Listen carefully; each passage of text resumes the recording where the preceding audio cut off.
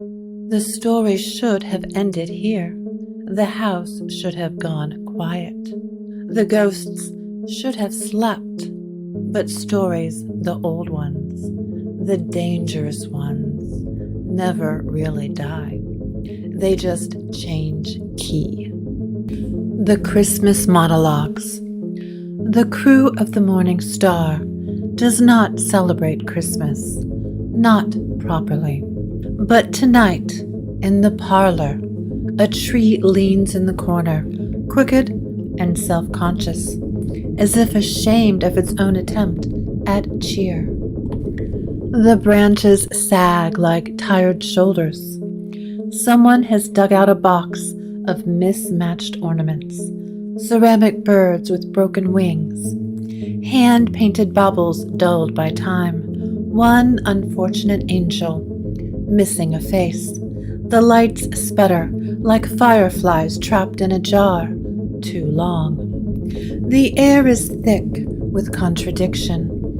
Flour and sugar from half-hearted cookies, smoke from a fire that should have gone out hours ago, a thread of something darker, ash, memory, ghosts and festive drag.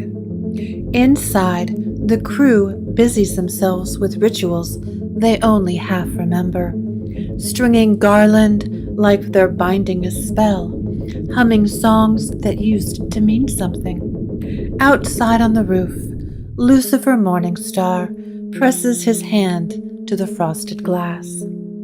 The cold didn't touch him. It never did. He wore a crimson velvet suit with black lapels, sharp enough to draw blood, and silver cufflinks shaped like tiny swords.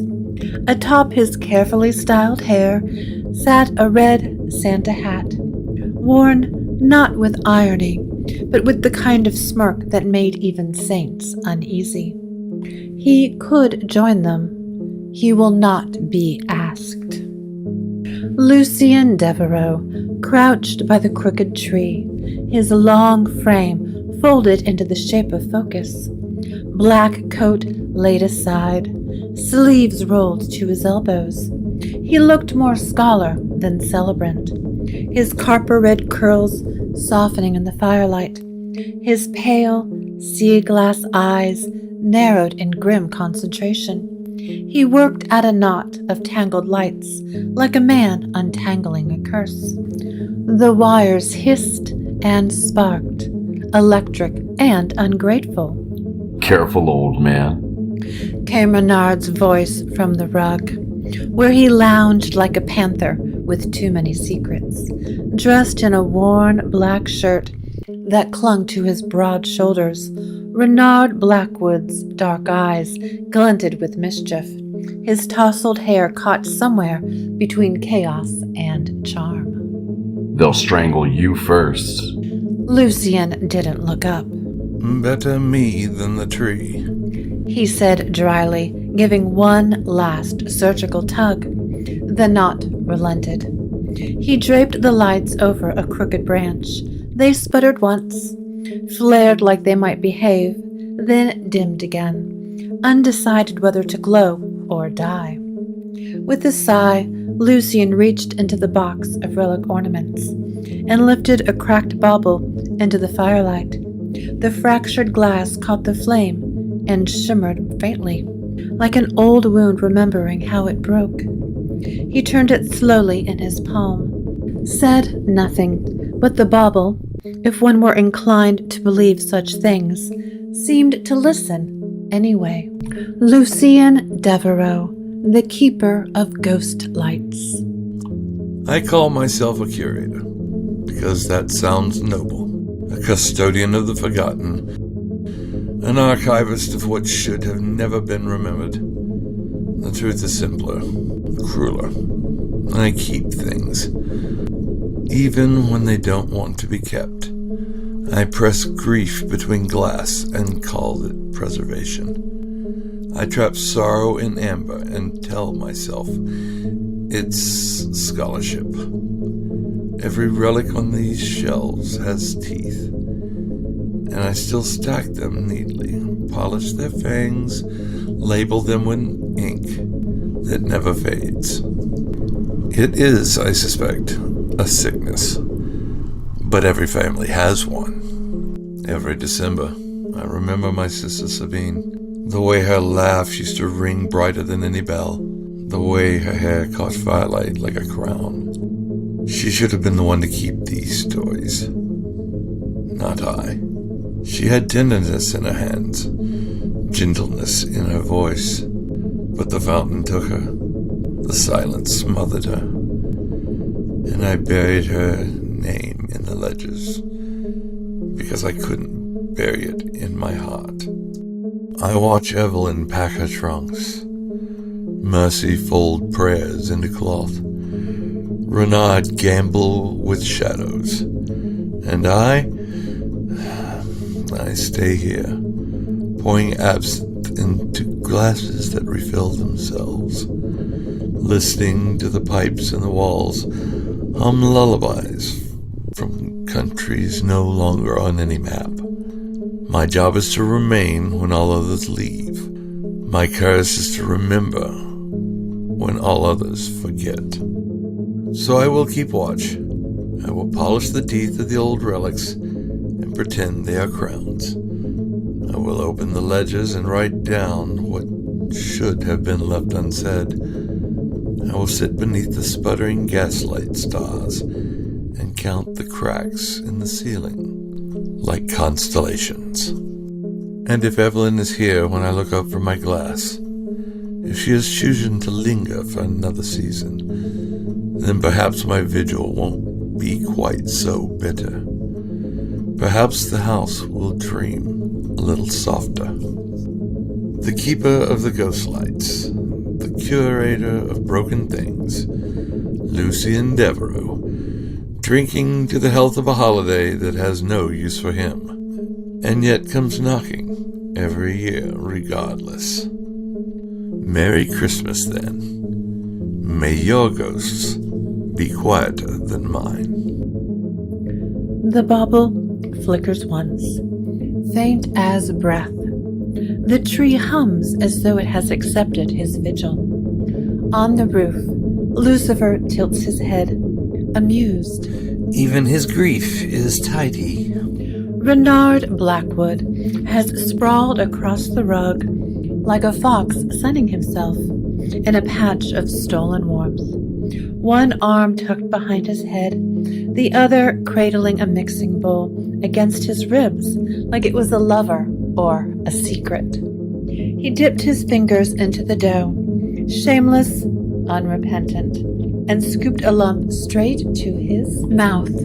Mercy appeared from the kitchen like a storm front on soft-soled boots. No robes tonight. She wore a black sweater that hugged her frame like shadow, silver rings flashing on her fingers, and a dark choker around her throat that caught the firelight like a warding charm. Her hair, long and ink dark, framed her face in waves. Her eyes were sharp, old, tired of nonsense. Without a word, she smacked his wrist with the flat of her palm. "It's for cookies, not for you," she said, the wooden spoon in her hand held with the authority of someone who had once been obeyed in silence by entire sanctuaries. Renard only grinned around the mouthful, a slow, deliberate smile that made mischief feel like scripture. He chewed with exaggerated satisfaction, flour dusting the cuff of his black shirt, sugar catching in the corners of his grin. Renard Blackwood, the fox in the snow. Snow doesn't belong in New Orleans. Not real snow, anyway. It drifts down in postcards and film reels, soft flakes melting on lovers' hair. But here it falls like powdered sugar, clumping on the cobblestones. A trick of air and memory. You wake with frost on your boots and swear you dreamed it, until your tongue tastes ash instead of snow. Christmas, they call it. A carnival of lies. Think about it. A fat man sneaks into your house, eats your food, leaves behind a few trinkets, and you thank him for it. That's not a saint. That's a con man with good branding. I respect the hustle. I come from carnival folk, and we understood the art of the trade. The exchange was never equal. You gave us a memory, we gave you a trick.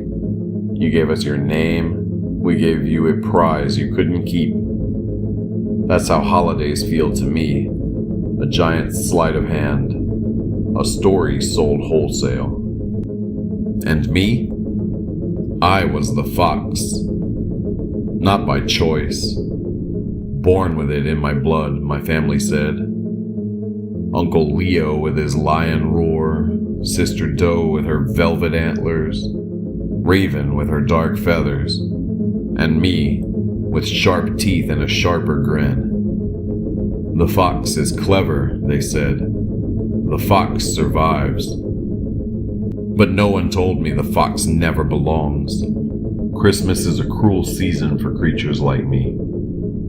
Everyone else gathers round the fire, warms their hands, sings off-key, clinks glasses, and I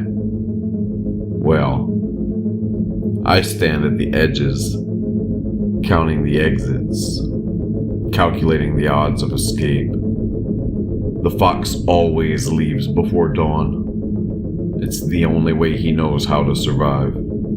I've run from more tables than I've sat at. Lovers, partners, accomplices, each left behind with nothing but the smoke of my cigarette and the aftertaste of regret. That's my gift, you see. Merry Christmas. I gave you absence, wrapped in laughter.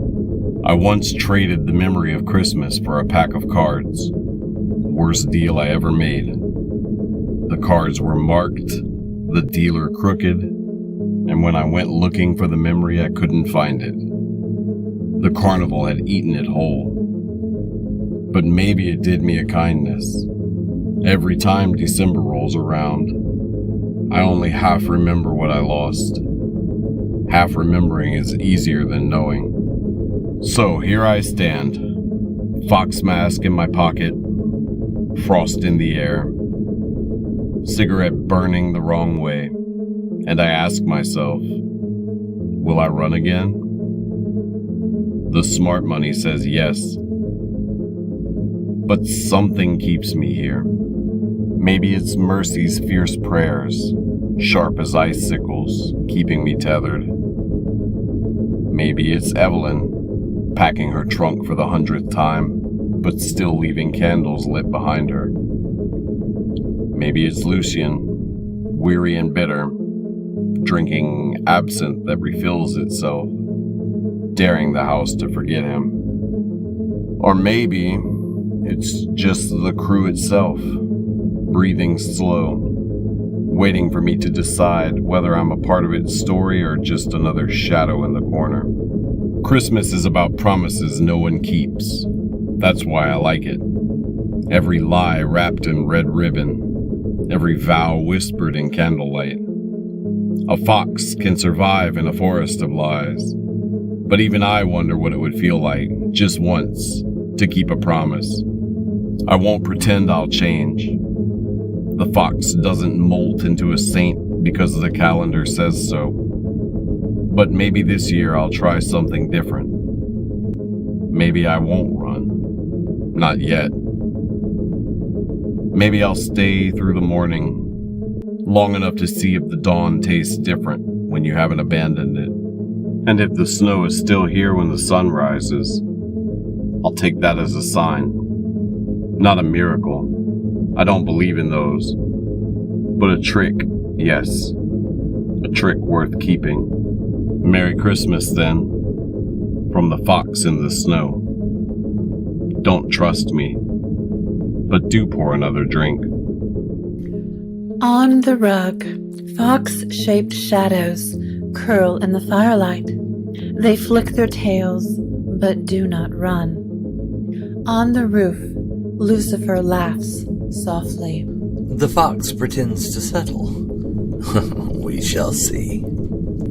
Mercy drew the tray from the oven, her hands steady, her breath measured. The parlor bloomed instantly with the scent of cinnamon, scorched sugar, and something older, like a memory baked into bone. She set the tray on the table without ceremony, picked up a knife, and began to trace deliberate lines into the soft icing. Her movements were careful, controlled, almost liturgical. Evelyn leaned over, her expression warm, a faint smile rising like a candle's flicker. "You're warding the gingerbread." Without looking up, Mercy pressed another charm into the frosting with the tip of the knife. Would you rather it bite back? She murmured. The sigil glowed faintly in the candlelight, just for a moment. Her voice lowered, settling into its oldest rhythm, a priestess cadence. The words laced with the bones of old prayers and forgotten protections. The room grew quiet around her, not reverent, not afraid, just listening. Sister Mercy, a prayer half sung. Christmas always begins with bells, not church bells, though I've heard enough of those in my life to know their weight. No, these bells ring thinner, stranger, as if the air itself has been tied with silver ribbons and shaken by unseen hands. The sisters told me once that bells drove away spirits. They lied. I was raised in rituals. Rituals are how you make the world behave when it doesn't want to. And yet part of me still listens for carols. My hands still ache to fold paper stars, to press them against windows and believe the light could guide someone home. Someone like Lenore, my daughter. She should have stockings hung for her, sweets wrapped in foil, stories told by a fire. Instead she had me, a mother with hands too full of ghosts to carry her. I tell myself she is safe somewhere beyond my remembering. But Christmas sharpens absence. It takes every hollow and polishes it until it gleams. And so tonight the empty space at my side shines brighter than any candle. I once tried to bake gingerbread. It screamed in the oven. Dough doesn't usually have a voice, but mine found one, shrill and accusing. I don't know if I believe in redemption. I've seen too many prayers curdle, too many veils torn beyond repair. But I believe in vigil. I believe in keeping the candle lit even when no one comes home. That is what I offer tonight, a flame, a shawl stitched with sigils, a promise whispered into the rafters. Lenore, I will find you. Next Christmas or the one after that. Maybe that's all Christmas is really. A stubborn refusal to let the dark have the last word. So I will sit here in a chapel that exists only because I imagine it. I will fold a star from scraps of paper and pin it to the air, and I will tell myself it glows enough to guide someone home. And if the night laughs at me, so be it. I've been laughed at by worse things. Merry Christmas, then, from Sister Mercy, who remembers too much and too little all at once, from the woman who ran from fire and still carries the smoke in her hair, from the mother who lit the wrong candles but still keeps the flame. May your silence be kinder than mine. The cookies steam faintly, and for a moment the sigils sound almost like carols. On the roof, Lucifer presses harder against the glass. She still thinks herself holy. How sweet. How dangerous. Evelyn tied a loop of string through a paper star and reached up, her fingers steady, her expression unreadable. She pinned it to a bare branch near the top of the tree. The evergreen, if it could still be called that, leaned in its stand like it had seen too much and grown tired of pretending. Its needles curled inward, dry and brittle as regret. The star sagged where she placed it, listing to one side as though embarrassed by its own weight. She was dressed in deep velvet tonight, dark plum, almost black in the shadows, catching fire in the candlelight. Her gown clung softly to her frame, its long sleeves ending in gentle points at her wrists. Her copper blonde hair was swept back in a loose knot, a few tendrils escaping like thoughts she hadn't finished. She looked like something out of a painting, left unfinished by time, neither young nor old, just eternal. Crooked. Renard observed from the rug, his grin knife-sharp in the firelight. He flicked ash from his cigarette into a chipped porcelain saucer. Like the tree. Lucian's head tilted. His expression didn't shift, but something in his eyes sharpened, cold as blade glint. The silence that followed hung brittle and glass-thin between them. Evelyn didn't flinch. She adjusted the star with slow, deliberate fingers, ignoring both men. The paper caught the glow just enough to shimmer. Crooked still, but shining all the same. Evelyn's monologue, the woman who leaves. The mirror says it's snowing. Not outside, of course. The quarter keeps its humidity, like a jealous lover, heavy and clinging. But in the glass, snow drifts softly, collecting on window ledges that don't exist. The kind of snow you see in storybooks, the kind children remember when they want to believe the world can still be kind. I've never trusted mirrors. They hold too many versions of me.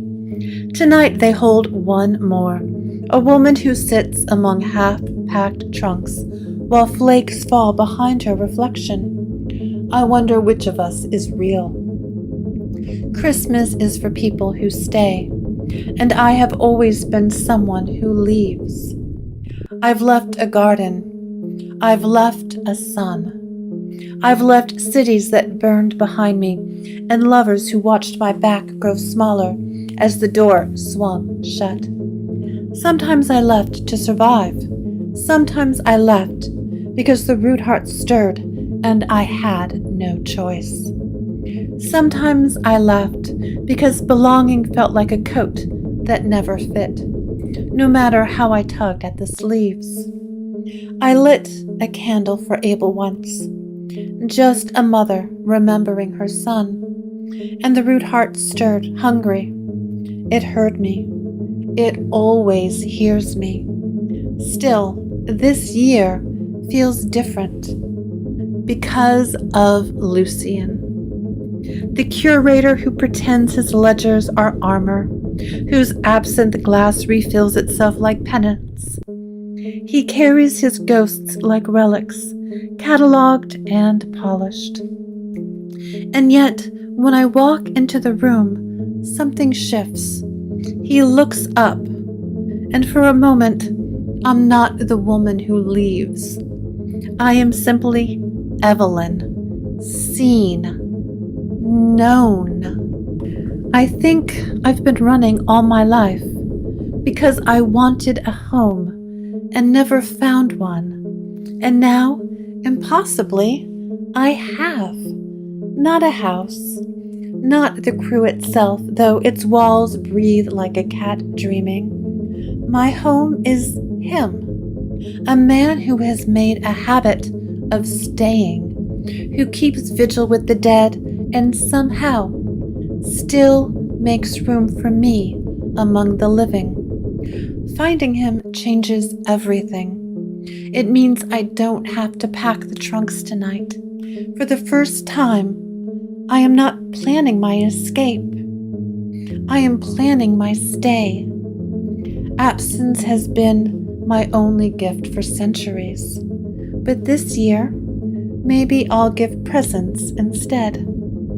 A chair filled at the table, a candle burning, not as a warning, but as a welcome. A voice, mine, joining another's in whatever broken carol we can manage.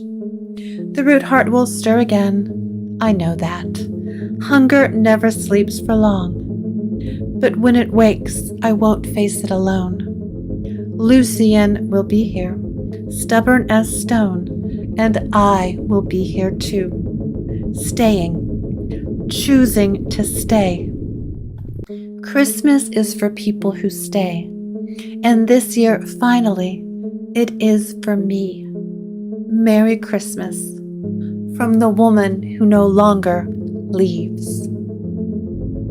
The mirror insists it's snowing, and for once, the woman who always leaves does not rise from her chair.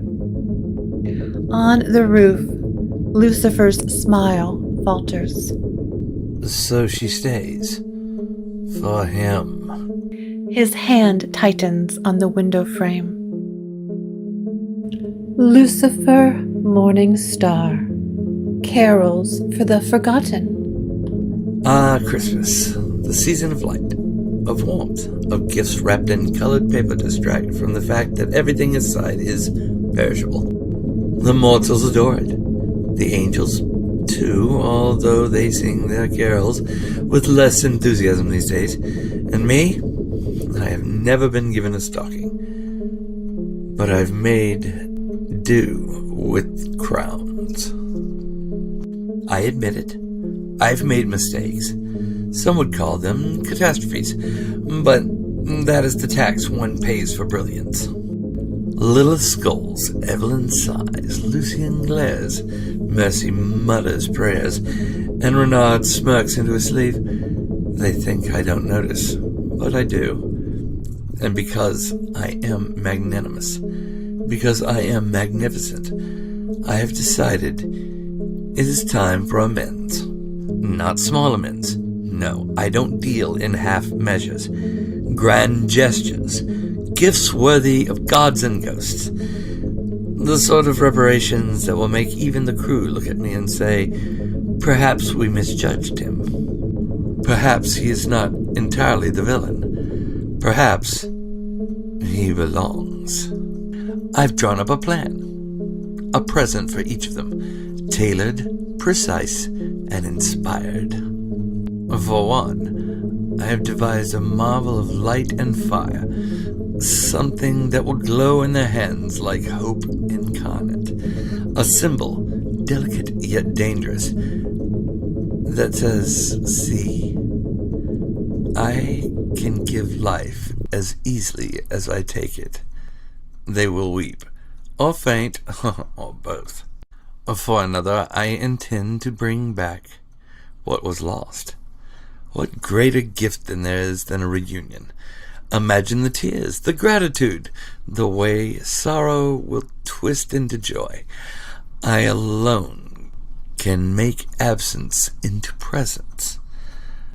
I alone can reopen doors long thought locked. For another still, I will offer a chance at redemption. A wayward soul guided back into their arms. Yes, it may look like cruelty at first, but trust me, beneath cruelty is kindness, hidden like sugar under scorched spice. They will thank me when they see the design. And for the one who thinks himself clever, I will stage a trick even he cannot unravel. A gesture of kinship wrapped in riddles. The kind that says, you and I, we're not so different. Let us smile at the same joke. Do you hear it? Do you feel it? The brilliance of it all. Each gift a perfect move in a symphony of forgiveness. Each gesture a note in the carol I am composing. Not for choirs of angels, but for Lilith alone. Oh, when she sees it, she will know. She will see how I have bent memory, time, even death itself into presents wrapped up just for her little family of strays. She will see the genius in it. She will see me. Because that's all I've ever wanted, really. Not heaven, not hell. Not crowns or flames or titles. Just her gaze, steadying and unyielding, fixed on me as if I were the only star left in the sky. Some say my plans are dangerous. Some call them cruel. I call them ambitious. And yes, ambition has teeth. But tell me, how else can love be proven, if not with teeth? They will see. The crew will open their gifts one by one and marvel. They will call it redemption. Lilith will call it devotion. The world itself will call it genius. And if by some miracle it all goes awry, well, what is Christmas without a little chaos? Raise a glass, then, to gifts they don't yet understand, to amends that are so dazzling they look like miracles, and to me, Lucifer Morningstar, your lovable scamp, your architect of second chances, your patron saint of spectacular mistakes. Merry Christmas, my crew. I promise you'll never forget this one. Inside, laughter flickers, fragile but real. The crooked tree glimmers with paper stars and cracked baubles. Cookies cool on the table. Outside on the roof, the Morningstar bows low to an audience of chimneys and nightbirds. His Santa hat wobbles, but does not fall. Lucifer, breaking the fourth wall with a grin. What? Even devils deserve a little holiday spirit. The crew of the Morningstar has never celebrated Christmas, not properly. But tonight, the parlor glowed with firelight and sugar, with shadows and laughter stitched together by grief and choice. 5 voices rose in turn. Confessions, prayers, promises, schemes. And though one voice remained outside, it too was part of the carol. A discordant note? Yes. But what is a song without its shadows? In the parlor of the crew of the Morningstar, the crooked tree still leans in its corner, paper stars sagging, lights flickering like broken halos. Around it, the lost and the luminous gather. Lucian polishing ghosts into glass, Evelyn daring to stay, Mercy whispering prayers that sound like curses, Renard laughing too loudly to hide the ache beneath it, and Lucifer smiling at the frost and calling it mercy.